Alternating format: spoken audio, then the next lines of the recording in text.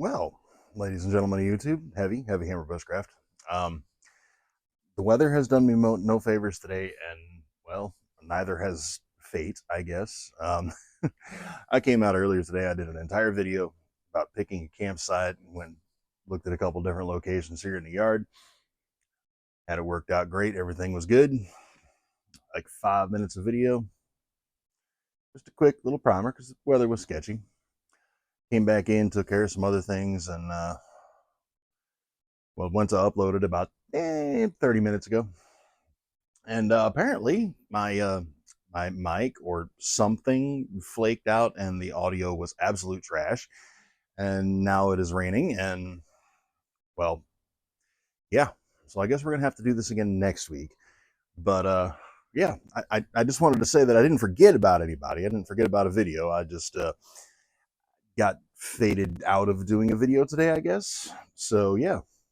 But what I was talking about in the video, and I mean I can still discuss it, but it's not really as effective without showing you.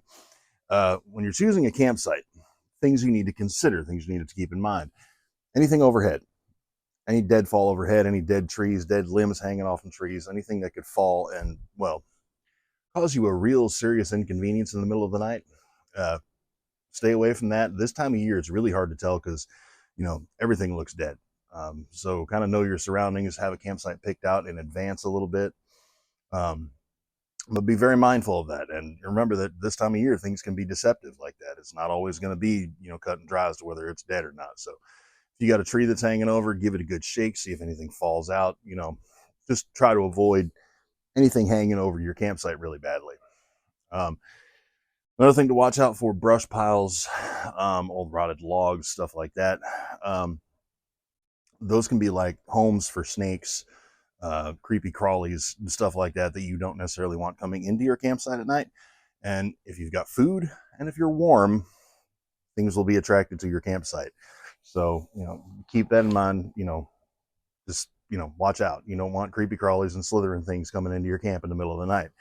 Now, if you're going out for a longer period of time, well, then you're going to want to keep a water source nearby or something so you can get fresh water. Also, make sure your campsite has decent drainage so the water is not going to run directly through your campsite. Nice piece of flat ground, really what you're looking for. No roots, no big lumps, nothing crazy because, the spine. So I had an area picked out up there, and that is where we're going to work. And it's, well, you can't really see it in the video, but it's up that way. And I'm trying to keep it local here to my yard because I don't want to give the impression that you have to be out in the middle of nowhere or have 40 acres of land minimum in order to be able to go do bushcrafty things. You should be able to do this in your backyard. So, trying to do this. Hopefully the audio on this video is better than the audio on the previous video because that audio was trash. Like, I don't know what happened, but it was bad. So, but I did want to do a video today to let you guys know I didn't forget about anything. So, we're going to try again. Hopefully Sunday, I think, weather permitting. It's supposed to rain pretty much for a week and change right now. So who knows? But we're going to try. We're going to try to get out and do another one. If I can get lucky enough and get out of work at a reasonable hour, maybe I'll sneak one in after work if it's dry enough. And yeah, hopefully we'll go out and probably first we'll go out and I'll do a video setting up the campsite, just getting everything squared away, getting your fire pit, safe way to build a fire pit. And then we'll do a camp. We'll do an overnight.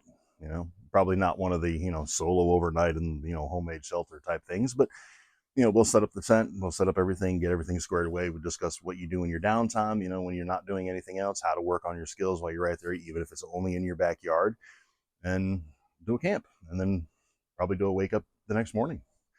Probably not one of the real cinematic ones where you see me unzip the tent and get out, but at least a morning video. So I'm not really big on the solo overnight and the wild thing. It just doesn't really do anything for me. So, well, hopefully this works better than the last one. So I'm going to end it here. Comment, subscribe, like, thumbs up. Love hearing you guys' stories and your feedback, how you relate to the videos. I really like that. Keep that up. And hopefully we'll be back very, very soon. Until then, we'll see you in the bush.